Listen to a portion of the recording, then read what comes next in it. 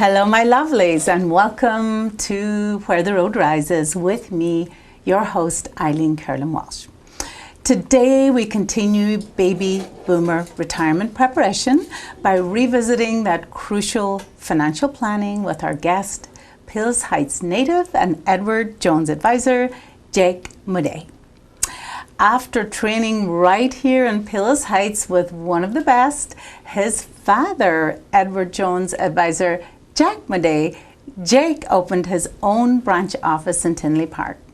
For 8 years now, he has been preparing families and businesses to meet their financial goals and dreams. In addition to retirement savings and income strategies, Jake focuses on a subject dear to my heart, estate and legacy planning. So I am excited to have him share his wisdom with us today. Welcome, Jake. Thank you, Eileen. It's a pleasure to be joining you here this morning. Okay, very excited to be here. And here I am, so excited to be here. I forget about our social distancing, but Right. we shall wash our hands and use our sanitizer and be on our way. So why did you start, Jake? Tell me a little bit about your journey, your story, your Palos Heights connection, and how you ended up in financial planning. Well, that's a great place to start, Eileen. I appreciate, again, a chance to be here this morning. And my journey into financial planning has been unique. So I actually spent the first 10 years of my career working as a civil engineer in the Chicagoland area.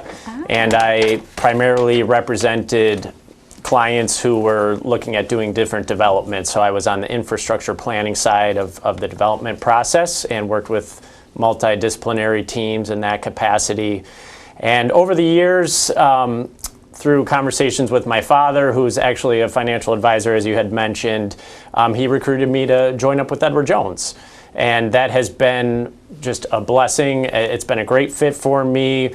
What I really enjoyed with engineering was working with some of those longer term clients on the different projects, and with financial advising, I have the benefit of working with individuals throughout their whole lifetime, which has been very rewarding. And it's very neat being able to work in this community as well. I'm old enough to remember riding my bike to the Benjamin Franklin in Palos Heights and buying my penny candy as a kid. So it is truly a blessing to be able to work in the same community that I grew up in. And I bet you don't miss that commute. It's very nice to work locally, no doubt about it. Absolutely.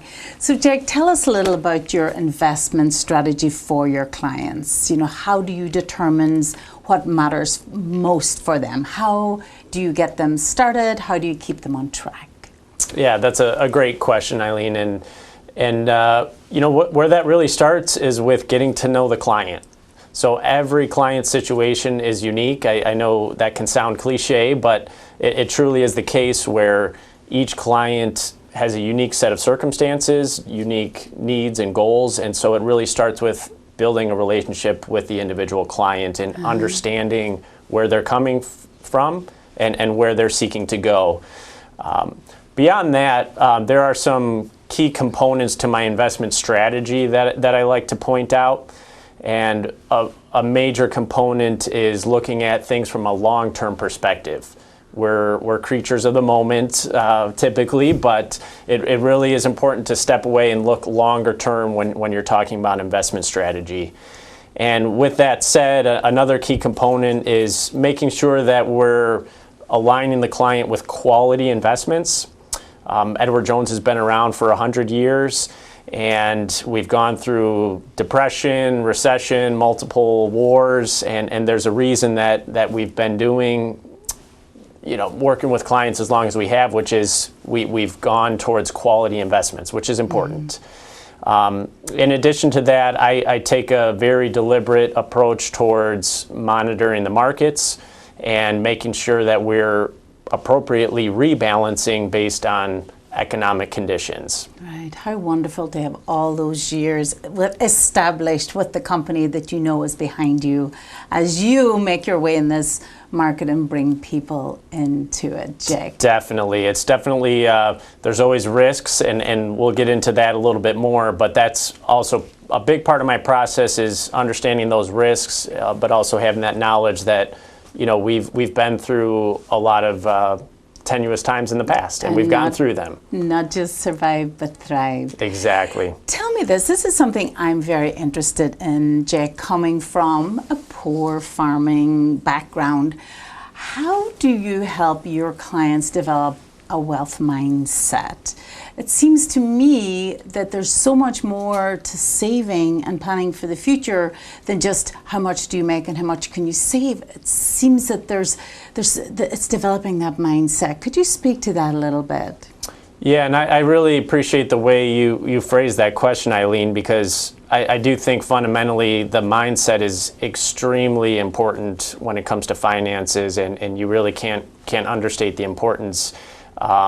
It really is part of my process is to help educate my clients.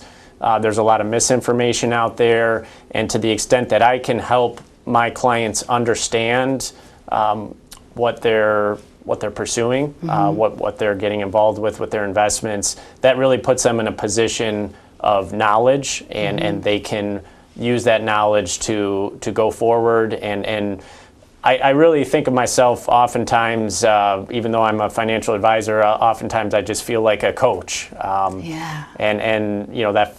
that is a big part of my role, is to come alongside of my clients and just help them develop those healthy habits and the healthy frame of reference. And I love how you said that we're creatures of the moment.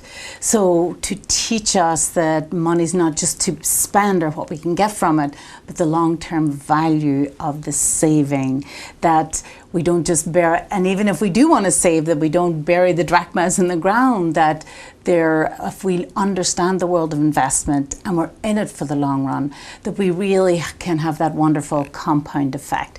I love that book, The Compound Effect by, is it Darren Hardy? Maybe talk a little bit for those of us who need a refresher on the long-term effect, the compound effect of saving, with the percentages that we can make every year, and how we can do so much better than just putting it in our safe deposit box. Correct. And that's a great point, Eileen. And I wish in some ways that the school system did maybe put a little bit more emphasis on some of those investing principles. I think it was Einstein that called compound interest the eighth wonder of the world. And it really is helping clients understand that and get behind that. That's incredibly important, because clients have worked hard to earn money. It takes a lot of sweat equity to build up savings. The next step is to really be looking at how do you allow that money and those resources to work hard on your behalf. That's a big part of it. And it's really about empowering the individual to, again, it comes back to that education, but understanding where they're at, understanding how compound interest works, and having that work on their behalf. I love that, the eighth wonder of the world. And absolutely we should teach this in schools. You should take on that role, Jake. For sure. So let's go back a little bit. You mentioned client risk tolerance. So talk about how you manage that and how you help the client manage it. Yeah, so the risk tolerance is incredibly important, as you know, Eileen. And I have a process through the course of our relationship where I will go through a series of questions and just get an understanding of where my client is at. There's terms that mean different things to different people. Risk is a relative term, so it's really through the course of conversation where I'm asking good questions to uncover, as best I can, their own personal attitude towards how much risks that they can take on, and then that helps me as their advisor to inform how do we allocate their portfolio, and that sets the table for developing the plan. Right, and where they're at in their life, also their age. We've talked about the retiring baby boomers. That's going to be a different level of risk than someone in their 20s just getting started who has a lot of years for their money to grow and adjust to the various markets. Definitely, and taking into account their stage of life is incredibly important.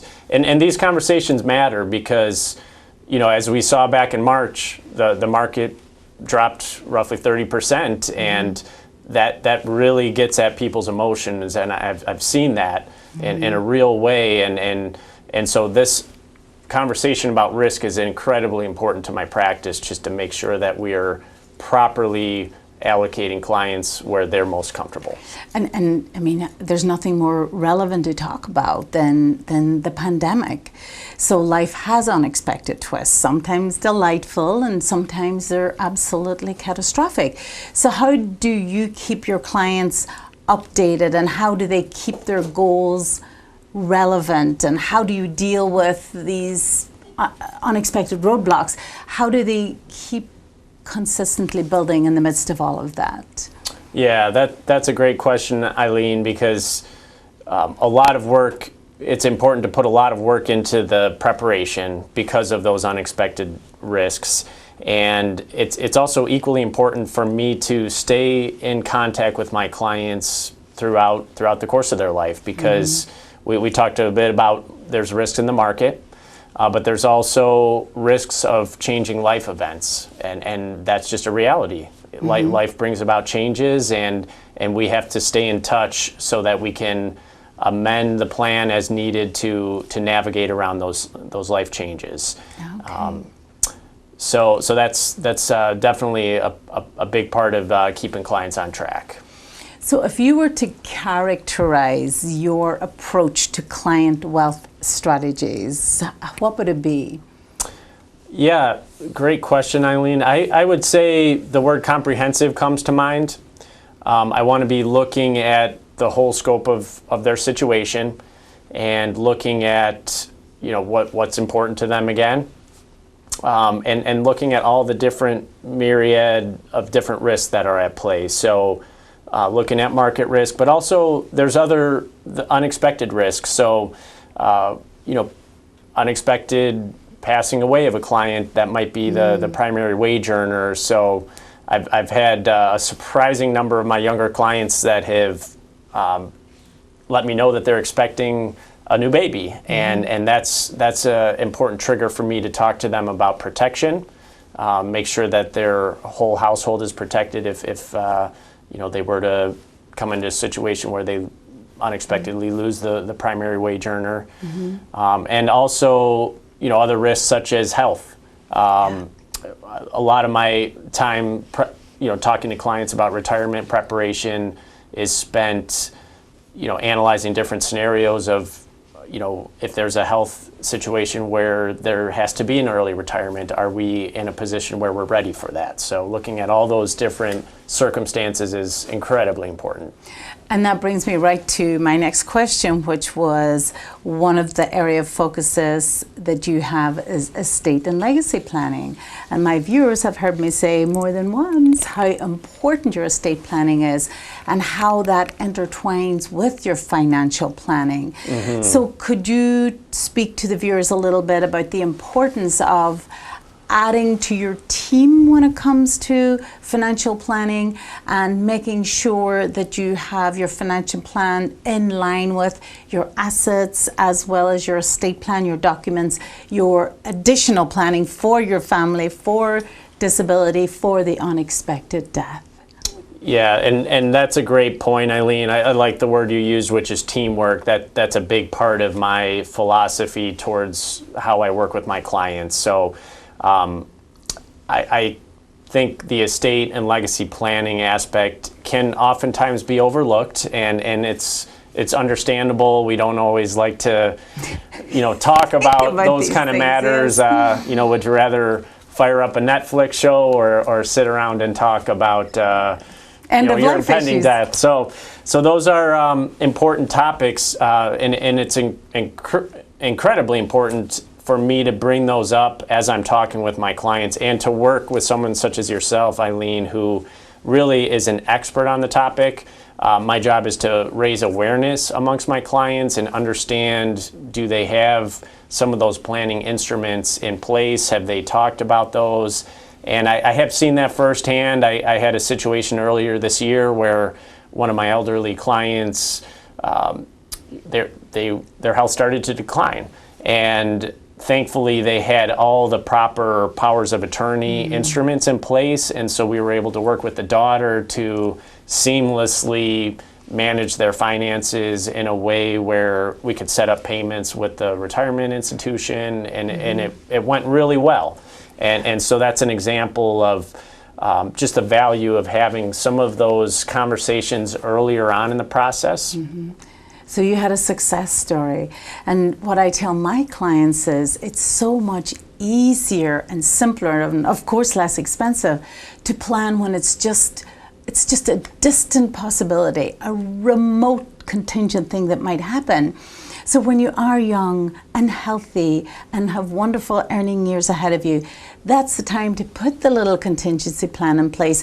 It's easy to do and inexpensive to do, much harder if the bad thing has already happened. Correct. And I always try to emphasize to my clients too, if you are lacking, we shared a success story, but on the flip side, if you're lacking some of those instruments and you have an unexpected passing, a lot of those affairs through the probate process are completely public.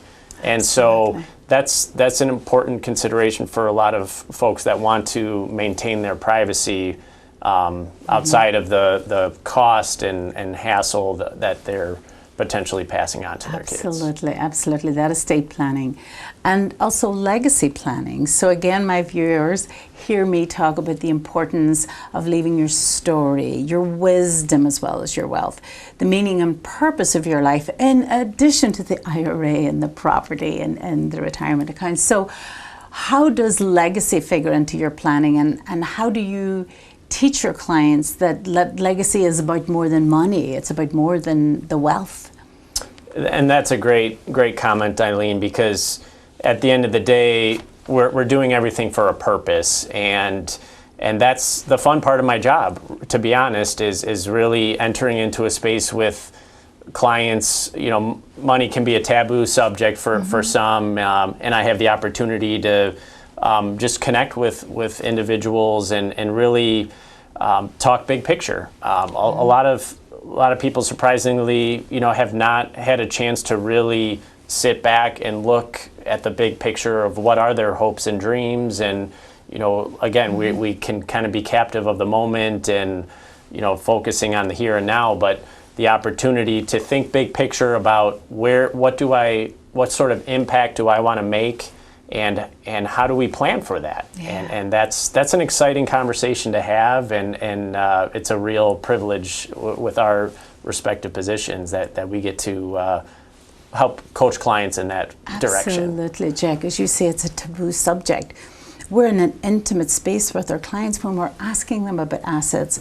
What do we have? Sometimes people want to be very private about what they have, and sometimes they are a little embarrassed to admit that they don't quite have or not where they should be at that point in life. Sure. So you have the skill and the ability and the tools to help them with where they're at, however it might be, and paint a picture for the future that if they can comply with, that they can reach those goals. I just think that's terrific. Definitely. Now tell me, from being in that intimate place with your clients, what would you say you learn about human nature? Are we all the same? Are we all different? What is your takeaway from that privileged position? Yeah, that's a great question, Eileen, and there's a lot that can be said about human nature, and certainly when you're having those intimate conversations, there's a lot. It's a place of privilege, and I think fundamentally, I've just been blown away by, the individual's ability to overcome obstacles. Yes. That to me has been a takeaway. we oftentimes doubt our ability to face challenge. Even the future can be scary, and so I think there's a consistency that we do have a fear of the future. But I've also seen just an incredible resilience in my clients, and we all fundamentally have a hope and a dream. And that may not always be fleshed out in detail, but it's there, and that's, again, a fun part of the job, is to be able to articulate that and help uncover clients it. with that. Yes. Help clients uncover it for themselves. And I'm sure the perspective of a young couple expecting their first baby is very different from the couple who are already retired or getting ready to. So you kind of see the whole spectrum of life. Definitely, yeah, and that's a great point too. What about other areas of focus? Yeah, there's a lot of things that could be talked about. I would say at this point, one of the emphasis that I've been really leaning into is making sure that I have the conversation with clients about another risk that we haven't talked about, which is long-term care. So that is an area that, again, it's maybe not a fun topic to talk around about around the dinner table, but a very important one in terms of, the reality is lifespans are extending, and healthcare costs are going up beyond the standard inflation rate. So you put those two together, and then, on top of that, you have Medicare, which has limitations on what it will cover. It's more of an acute care program versus the long term. So you put all those together, and there are significant risks out there. And so that's an important part of my comprehensive conversation with clients, is to understand, again, have the conversation about their family history. Do they already have a plan in place to cover those potential risks? And if not, let's have a discussion about what are some of the key strategies out there, and because there are solutions to be had. Right. And what about business planning for businesses like Caroline Walsh Law? You also do business financial planning? Correct. So businesses, I know it's been a tough year for a lot of businesses out there, but I have a ability to step in and really work with businesses on what comes to mind is tax saving strategies. And so there are some good options out there that some small business owners might be too busy focused on just the production of their business, and so the opportunity for me to step in and come alongside, educate them again on some different tax savings opportunities that can also promote loyalty amongst their employees and help them on a multifaceted level. Right, because I think a lot of businesses, small businesses, do feel that they couldn't have a 401k. We're not the big massive company. We couldn't have a health insurance plan, whereas in actual fact, it's relatively easy to get those programs in place, and there are cost savings attached to them. Correct. And that's a great point, Eileen, and that kind of ties into the teamwork aspect, where there might be financial needs or tax saving needs, or there could be estate planning considerations and tax considerations. So weaving together, working together as a team on helping them out is important. Excellent. So back to the pandemic. How have things changed in terms of investing in strategies this year in light of everything that's been going on? That's a great question, Eileen. I think in some ways a lot has changed. You look at the S&P 500, and 25% of that index is 5 to 6 companies. So we have a lot of market dynamics and a lot of changes on that front that we're in the midst of right now, and that's all needs to be taken into consideration. But on the flip side, in some ways, not a lot has changed from the planning perspective, because at the end of the day, it's kind of disseminating all the changing market and economic forces, and really bringing it back to the client and making sure that they're in the proper allocation to fit what their needs are. So, as we said, we want those nice long-term strategies so that we can get past things like the dip in March because of the virus. Correct. And the other big thing we're having this year is, of course, the election. So do you have any investment insights for in advance of the election that might be interesting for us to know? That's a great question, Eileen, and yeah, without getting into trying to predict who the winner is going to be, what I would say is,